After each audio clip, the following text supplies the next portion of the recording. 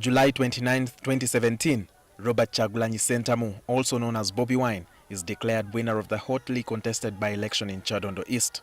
At the time, he beat 4 challengers including previous office holder Apollo Kantinti of FDC and NRM's William Sitenda Sebalu. Until then, Bobi Wine's musical career was centered on what he terms as edutainment, where he sings about problems affecting society. Some of these songs directly arose from immediate occurrences, including KCCA's Executive Director Jennifer Musisi's tough stance in running the metropolis,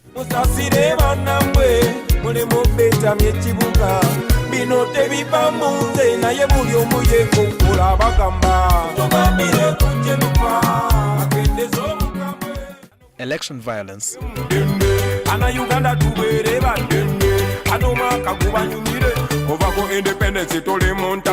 and recently, governance.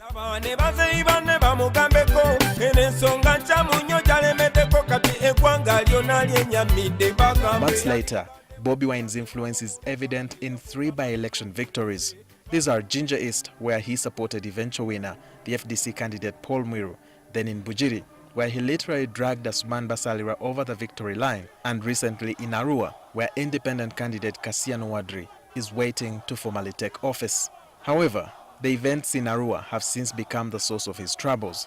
But where does he derive his influence? The name Bobi Wine is known in the whole country. Everybody knows him. But most importantly is that he's using a message that resonates with the ordinary person. Dr. Wakida says Bobi Wine's musical background set a foundation for him. Now, he has managed to get the population behind him. And I can tell you that for every elections, by-elections, if Bobi Wine is still walking, then NRM should forget about it. When our election became so violent, so he's had a couple of songs speaking about how we should have an election.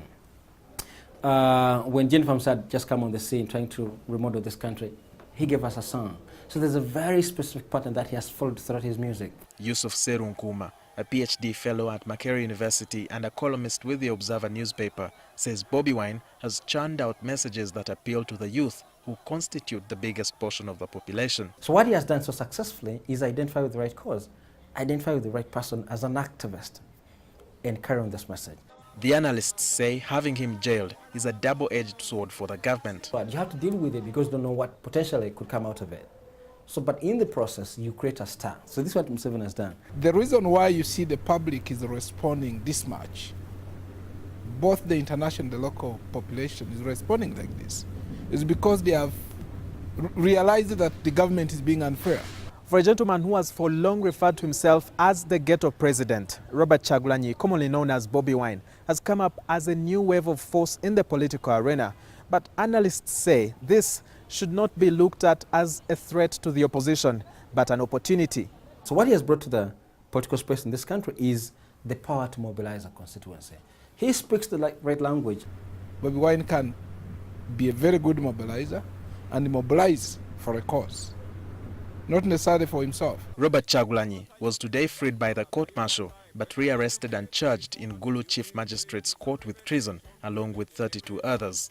Time will tell if he can rise from his troubles to become an even bigger influence in Uganda's politics.